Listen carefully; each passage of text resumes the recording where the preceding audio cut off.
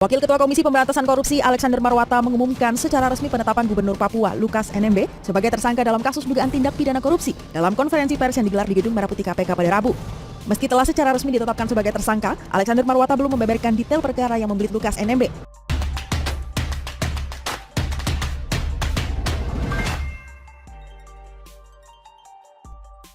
Strategi catur mantul, Demokrat diskak pakai kasus Lukas NMB.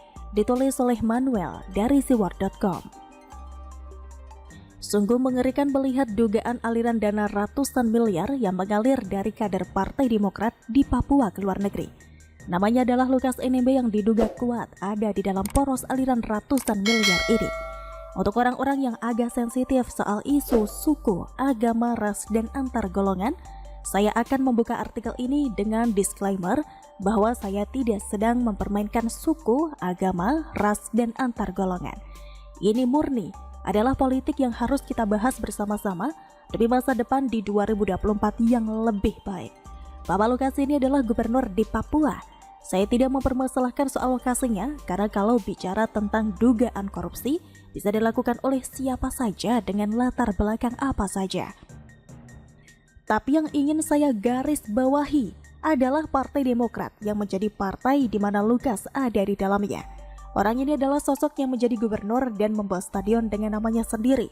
Stadion Lukas di Papua yang sempat didatangi oleh banyak pemimpin negara seperti Presiden Joko Widodo, Kiai Haji Ma'ruf Amin, sampai dengan orang-orang Partai Demokrat macam adik Agus Harimurti Yudhoyono. Namun yang mau saya tekankan adalah Partai Demokrat yang belakangan ini lagi banyak bacot soal nyinyiran mereka terhadap Presiden Joko Widodo. Beberapa hari yang lalu kita melihat bahwa Susilo Bambang Yudhoyono berkuar-kuar bahwa ada orang yang jahat ingin membuat 2024 hanya diisi oleh dua pasangan calon. Kalaupun iya, kenapa?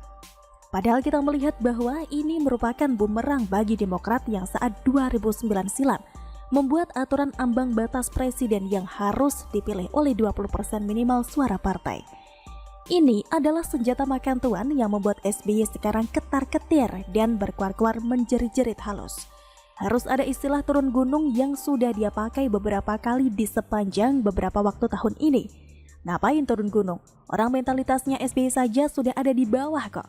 Lukas adalah sosok gubernur yang diketahui diduga mengalirkan uang 500-an miliar ke kasino di luar negeri.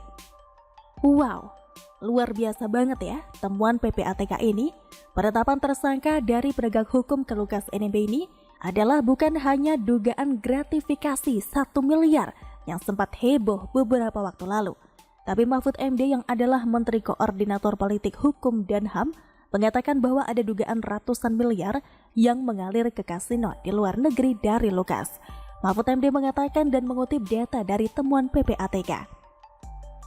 PPATK adalah suatu lembaga yang dapat mengetahui aliran dana kemana saja, oleh siapa saja dengan nominal yang detail. Dijamin Bjorka nggak bisa dapat informasi sedalam ini.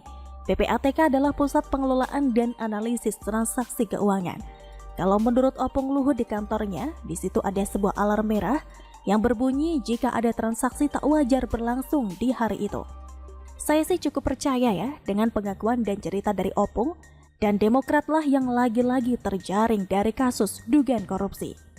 Saya menduga kuat kasus Lukas ini sebenarnya sudah ada sejak lama dan didiamkan untuk menjadi balasan untuk Demokrat yang seringkali ngebacot soal Jokowi.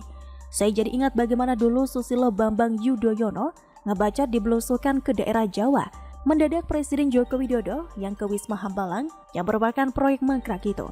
Saya yakin hal ini terjadi dengan persis, lagi-lagi nggak pernah belajar dari masa lalu. Jadi gak heran ya teman-teman kalau Demokrat ini banyak menghasilkan koruptor. Bagaimana menurut Anda? Ora popo, malah apik, tidak apa-apa, malah bagus, kata Gibran di Solo dikutip Antara Senin 19 September 2022. Termasuk ketika dibandingkan dengan AHY, Gibran mengatakan hal tersebut tidak perlu ditanggapi berlebihan. Kenapa harus ditanggapi? Saya itu siapa? Cuman wali kota, dia kan ketua umum Partai Demokrat, beliau lebih di atas saya, beliau kan senior.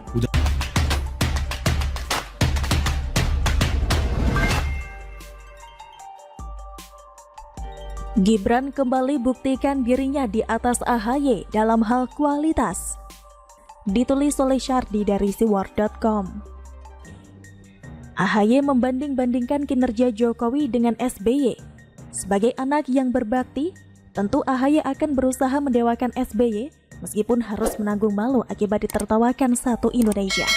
Ini harus dia lakukan demi memenuhi ambisi menjadi capres atau cawapres.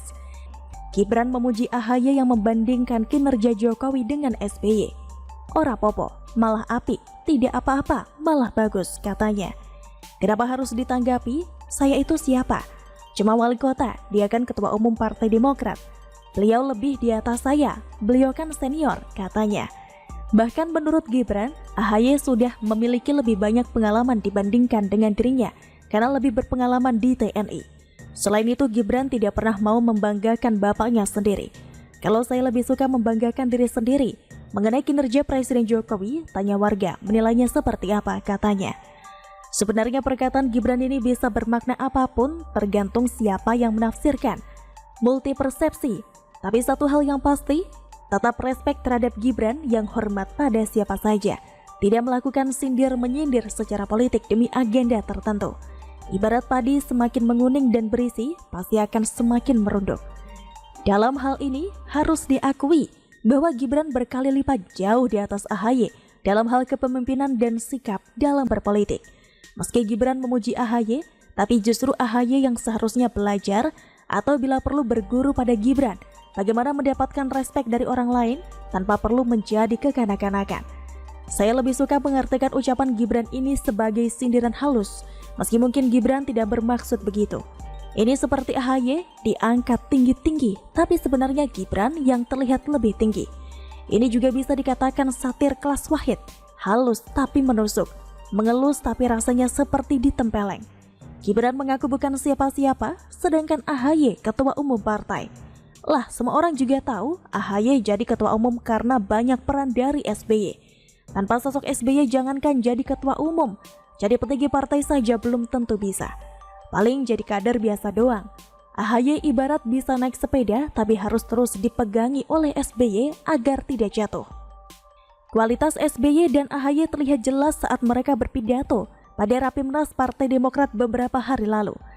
SBY menebar isu provokatif dan kontroversial terkait rumor pemilu 2024 akan tidak jujur dan adil. Hanya dikondisikan dua pasangan capres dan cawapres, Demokrat dan Anies akan dijegal dan lain-lain. Sedangkan AHY hanya bisa pamer jualan nama bapaknya, sedangkan prestasi sendiri nihil alias kosong melompong. Tapi bisa-bisanya menyindir Jokowi yang hanya sebatas gunting pita. Ini adalah cara rendah dan kampungan untuk menjatuhkan lawan. Diri sendiri sudah sangat rendah, makanya mereka menjatuhkan orang lain supaya terlihat lebih rendah.